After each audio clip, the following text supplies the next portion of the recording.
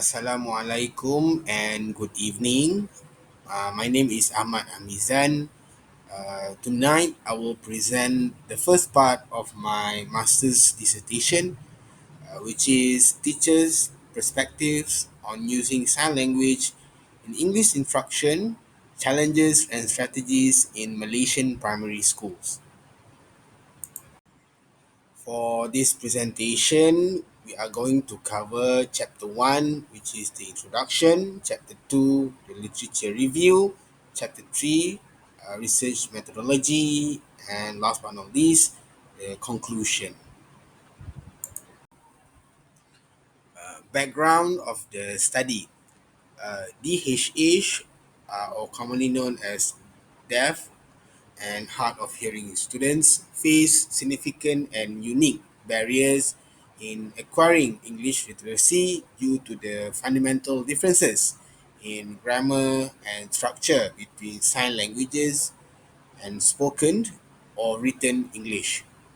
So many of these students are born into hearing families and may not have early exposure to fully accessible language, leading to language deprivation.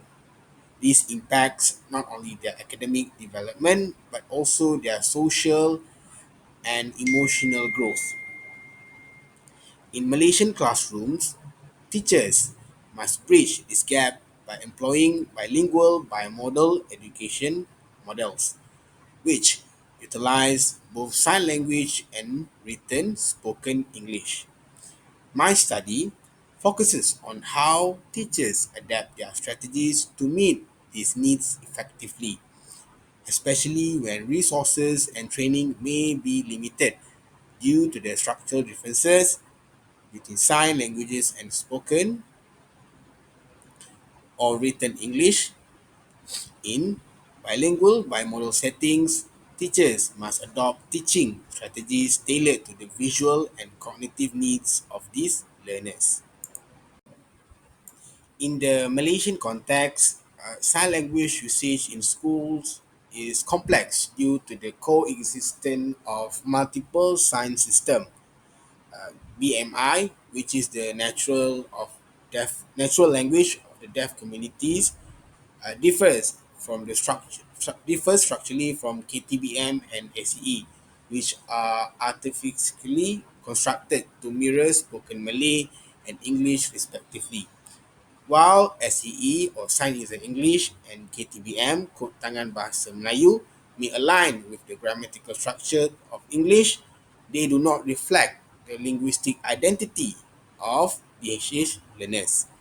Teachers are therefore faced with the dual challenge of addressing curriculum demands while ensuring meaningful communication with their students.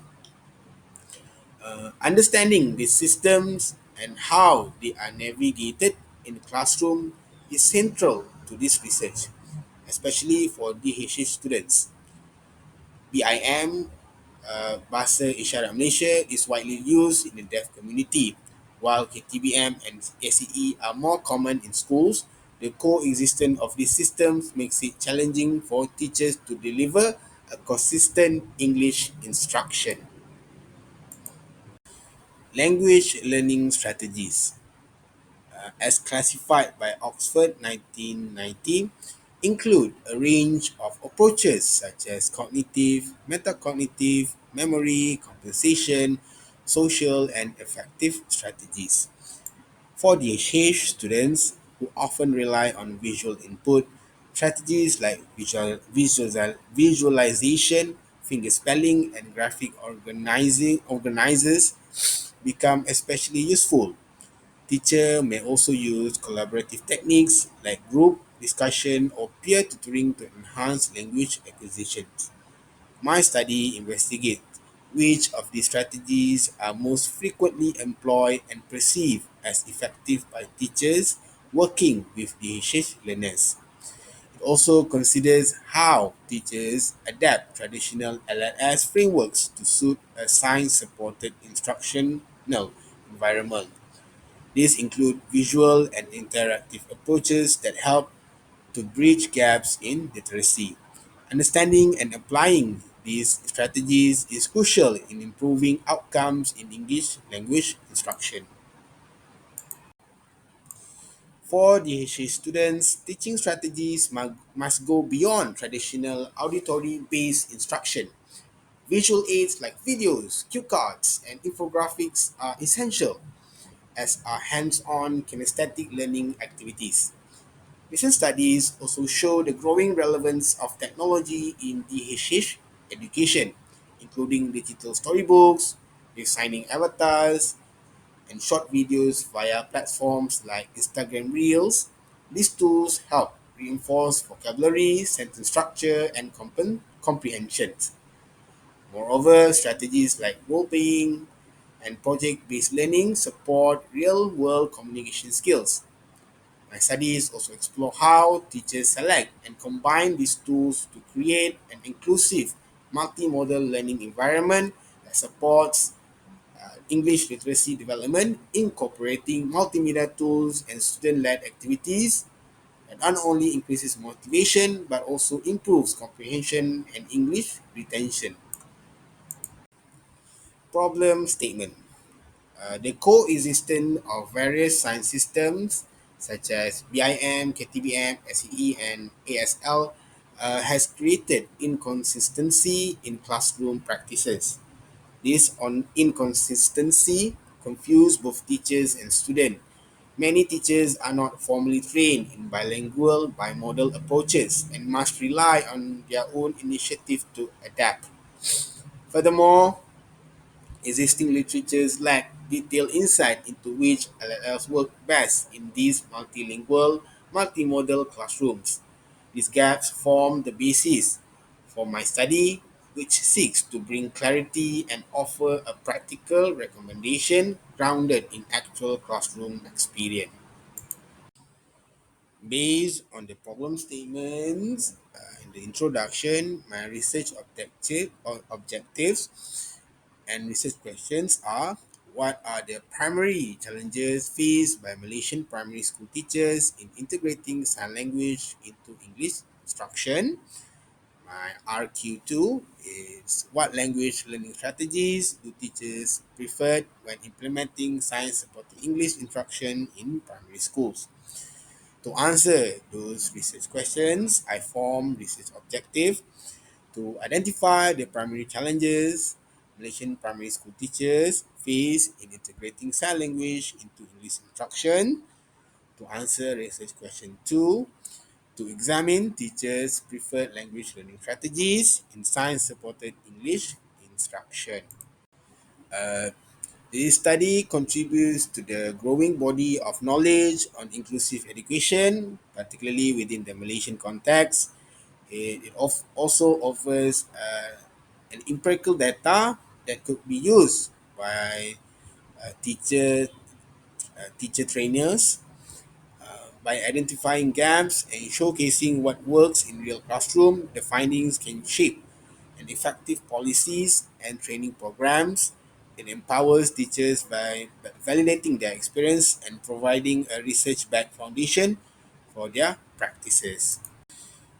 To ensure clarity and avoid ambiguity, several terms are defined as they are used in this study. Sign language refers to structural visual gesture communication systems, particularly BIM in this context. Bilingual bimodal education combines two languages across different modalities. This is usually sign and English. Language learning strategies are the conscious techniques students and teachers use to enhance language acquisition. Lastly, DHA students are those with hearing loss who may use either sign or oral methods for communication. This literature review draws from three main theoretical frameworks: Cummins' theory of linguistic independence, the theory of bimodal bilingualism, and Oxford's taxonomy of language learning strategies. These frameworks help explain how DHA students process language and how instruction can be optimized. The chapter also identifies gaps in local literature, particularly on classroom level strategy implementation in Malaysia. So the first theory is Cummins' theory of bilingualism. Cummins' dual iceberg theory suggests that while two languages may appear distinct on the surface, they share a common cognitive base. This shared base is called CUP, Common Underlying Proficiency. In the case of DHA students, developing proficiency in sign language as their first language can help support English language acquisition. This insight is crucial because it validates the use of sign language in the classroom, not just for communication, but as a scaffold for building English literacy. So, in bimodal bilingualism, involve using two languages in two different modalities. For example, a visual language like SEE or BIM and a written language like English. This approach improves cognitive flexibility, meta-linguistic awareness, and academic achievement. It also promotes inclusive teaching practices where students can access content in the mode most suitable to their needs. My study uses this theory to understand how teachers navigate and implement instructions across these two modalities. Oxford's Language Learning Strategies, 1990. Oxford's framework categorizes learning strategies into six types, which can be adapted for DHH learners. Cognitive strategies like visualization and repetition are crucial. Metacognitive strategies like planning and self monitoring are also relevant.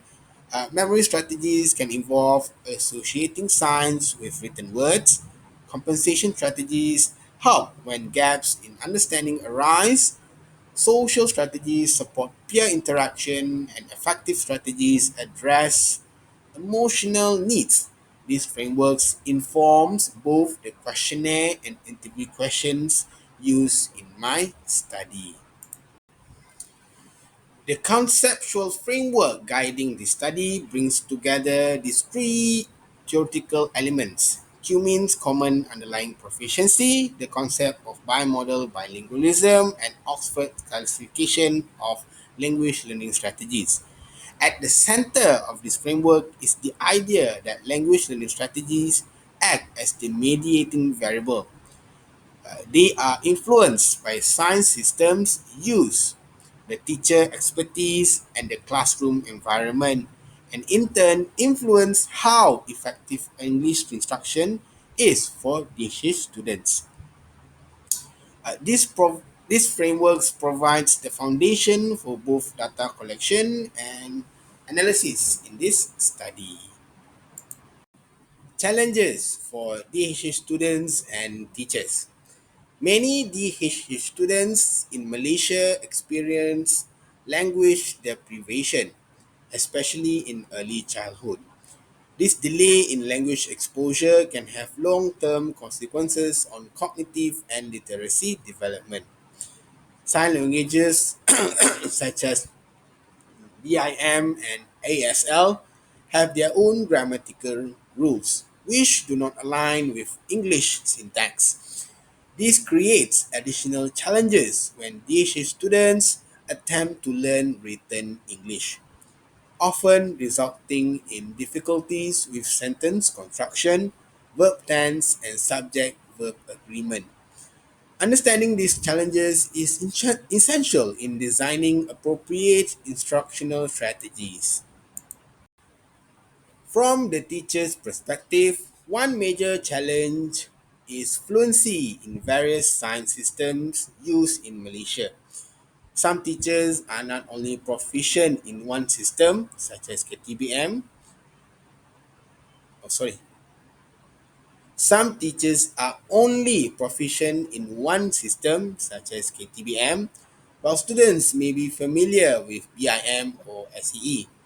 Additionally, classrooms often include students with varying levels of hearing and language proficiency, requiring highly individualized instruction. Teachers also face difficulties in ensuring mutual understanding during instruction, especially when there are mismatches in the sign system's use. This issue can hinder the effective teaching of English. Challenges in sign system fragmentation. The use of multiple sign systems in Malaysian schools, KTBM, BIM, SEE, and occasionally ASLs, results in fragmentation in instructional delivery.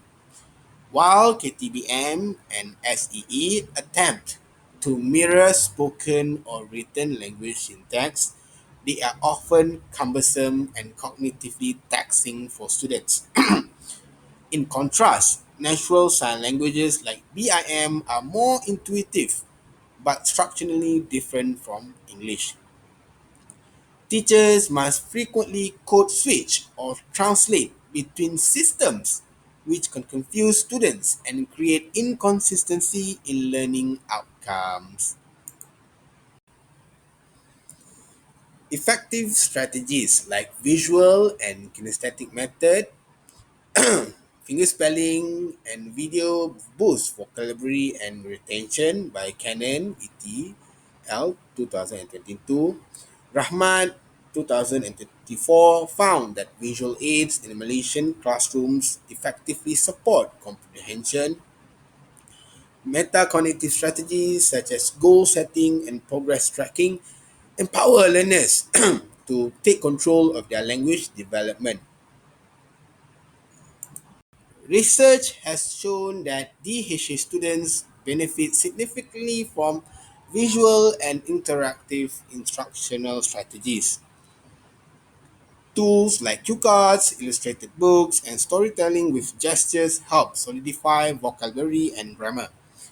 Gamified activities not only make learning enjoyable but also enhance memory and retention. Moreover, group activities and peer interaction serve as opportunities for practicing social strategies. These approaches, when integrated with sign language, can greatly improve comprehension and language acquisition. Now we are at chapter 3. We are almost there. Research methodology overview. So, to explore the research questions, I use a qualitative dominant mixed methods approach. This allows for an in-depth understanding of teachers' perspective through qualitative interviews while also capturing broader trends using a structured questionnaire. I adopted a convergent parallel design, meaning that both types of data were collected simultaneously and analyzed separately before being merged for comparison and triangulation. The research design is grounded in pragmatic, pragmatic paradigm, which emphasizes practical outcomes and flexible methods. Both the qualitative and quantitative components were conducted concurrently, and each was given equal importance. This approach allows for a more comprehensive understandings of the issue at hand and ensures that findings are not limited to a single method or perspective. Research site. The research was conducted in three primary schools in Kuala Lumpur. These schools were chosen specifically because they represent inclusive or special education settings where sign language is actively used as part of the instructional approach. Kuala Lumpur was selected due to the availability of trained teachers, access to DH students, and administrative support for inclusive education. This school provided a relevant and supportive environment for examining how sign language is used in English instructions and how teachers implement LLS in such contexts. The study involved two groups of participants. First, four teachers with at least 6 years of experience teaching English to DSE students were selected for semi-structured interviews. These teachers were chosen purposefully for their expertise and involvement in bilingual instruction. Second, 30 teachers from the same schools completed the LLS questionnaire. All participants had at least 5 years of experience and were proficient in at least one science system. This ensured that responses reflected informed perspective grounded in actual teaching practice. Two main instruments were used for data collection. The interview guide included open-ended questions designed to elicit detailed responses about the challenges faced by teachers and the strategies they employ. On the other hand, the questionnaire was adapted from Oxford's 1990 LS framework and tailored for use in science-supported environments. It contains 30 items in 5-point Likert scale across multiple strategy categories. A pilot test showed a very high reliability coefficient with a convert alpha of 0.965, indicating excellent internal consistency. Data collection. Before formal data collection, both instruments were piloted with a small group of teachers to ensure clarity and relevance. The questionnaire was administered via Google Forms, making it accessible and convenient for busy teachers or educators. Interviews were conducted in person or online depending on the teacher's availability and preferences. Each interview was recorded and later transcribed for analysis. Consent was obtained at all stages to ensure ethical compliance. The qualitative data from the interviews were analyzed using Brown's and Clark's six-step thematic analysis approach. This involved familiarization with the data, generating codes, identifying themes, and refining them to reflect patterns in teacher experiences. The quantitative data from the questionnaire were analyzed using descriptive statistics such as mean, standard deviation, and frequency. These statistical summaries provided a broad view of strategy usage and helped to triangulate the qualitative findings. Several steps were taken to ensure the validity and reliability of the study.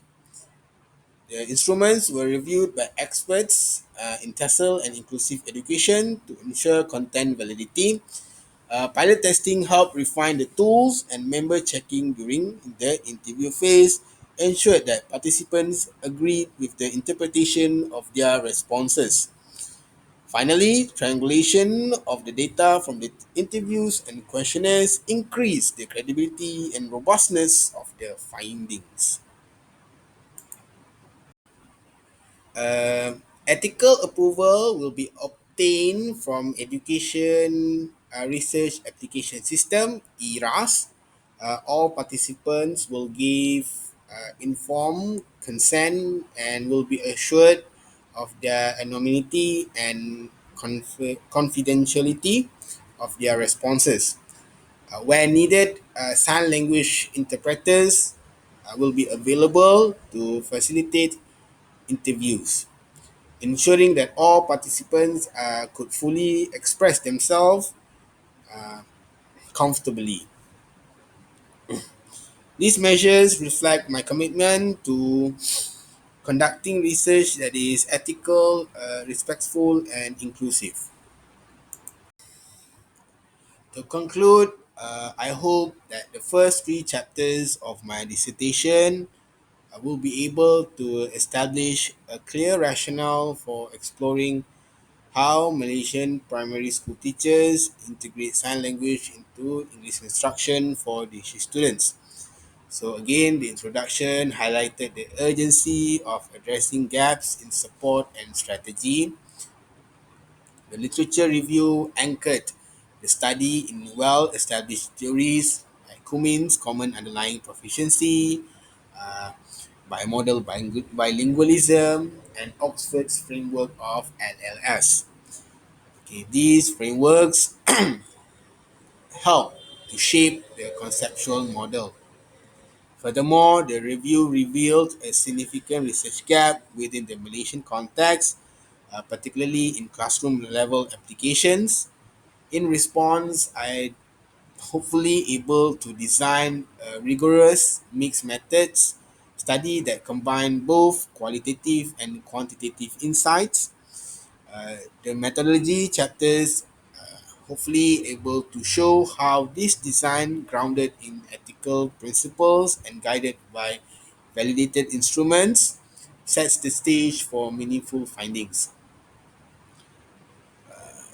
These upcoming findings will help to inform teacher and curriculum planning for inclusive pedagogical practices. That is all from me. Thank you once again to Dr. Azlina Abdul Aziz for your time and feedback. Hopefully, I will be able to see you again for the next semester.